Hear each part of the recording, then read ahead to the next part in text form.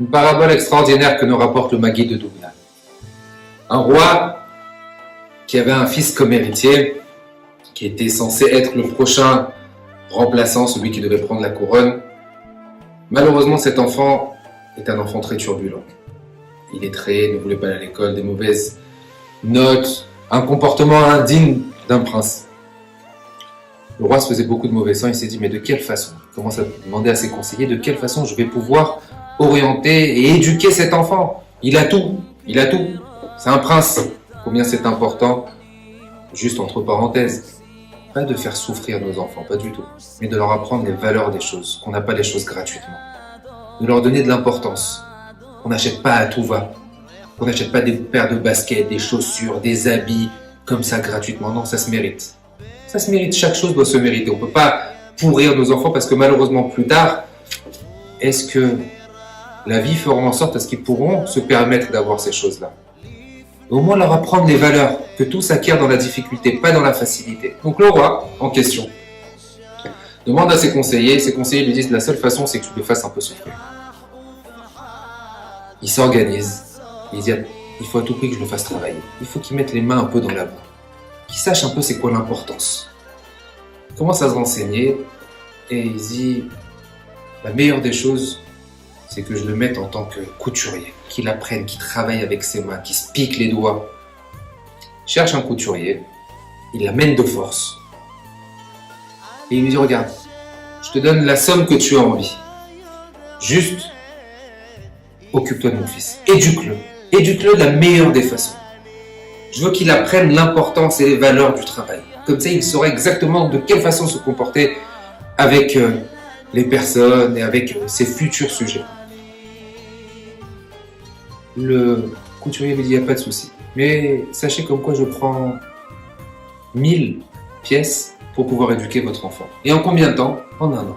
En 1 an, vous me donnez 1000 pièces et vous me les divisez en 3. Vous me les divisez en 3, 333, 333, 333, vous me les divisez. Et comme ça,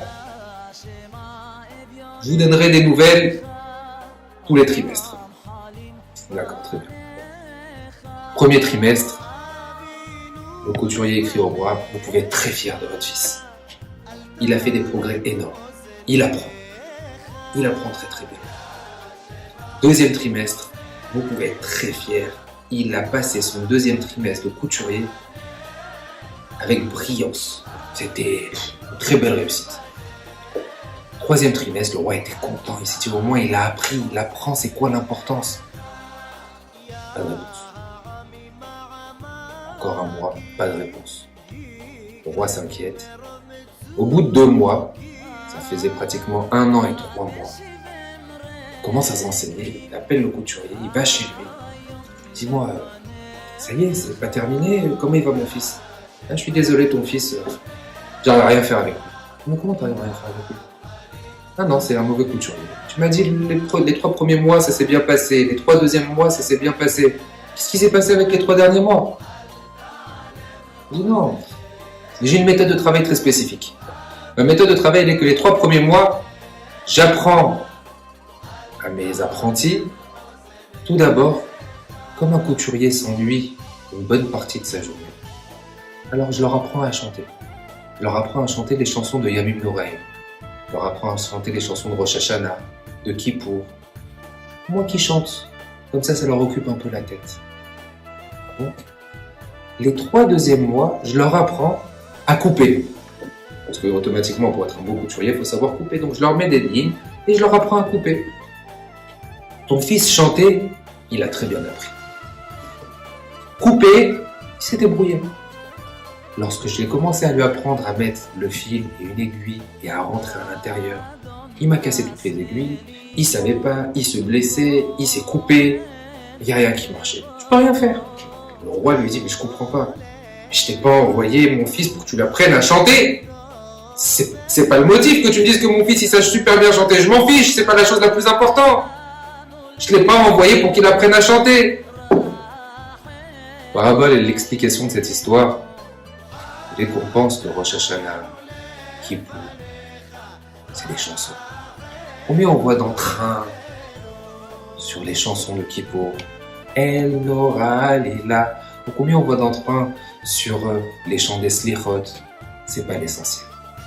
L'essentiel de Rosh Hashanah, l'essentiel de Yamim Noraim, l'essentiel de ces jours redoutables, c'est pas la chanson. L'essentiel, c'est qu'est-ce que je vais prendre? Comment je vais me réparer? Qu'est-ce que je vais arriver à me travailler? Ça, c'est l'essentiel. Atem Nitzavim Ayom Kulchem. On est tous debout devant Akadosh Baruch Hu. C'est la paracha de cette semaine. Akadosh Baruch Hu dit Nitzav, se tenir droit. Être un soldat d'Akadosh Baruch Hu. Un soldat d'Akadosh Baruch Hu, porter le fanion d'Hachem. Et être un soldat d'Hachem est synonyme de respect de Torah et des mitzvot. Respecter son prochain. Prendre sur soi des kabbalot, prendre sur soi des engagements qui vont faire en sorte à ce qu'on va avoir un bon jugement. Ça, c'est la préparation qu'on doit avoir ce Shabbat. C'est un Shabbat qui est exceptionnel. C'est le dernier Shabbat. On dit sauf Maaseh Bemarshava Techila. Le dernier Shabbat de l'année fait en sorte à réparer aussi tous les Shabbats. Tous les Shabbatot qu'on ait pu mal passer. Ce dernier Shabbat est un Shabbat très important. On doit se tenir droit, remercier Akadosh Baruch Hu, prendre sur nous des engagements pour arriver Be'ezrat Hashem quelques jours à Rosh Hashanah et avoir Be'ezrat Hashem un bon décret, un bon jugement et qu'on soit tous inscrits et scellés dans le livre de la vie Be'ezrat Hashem. Shabbat Shalom.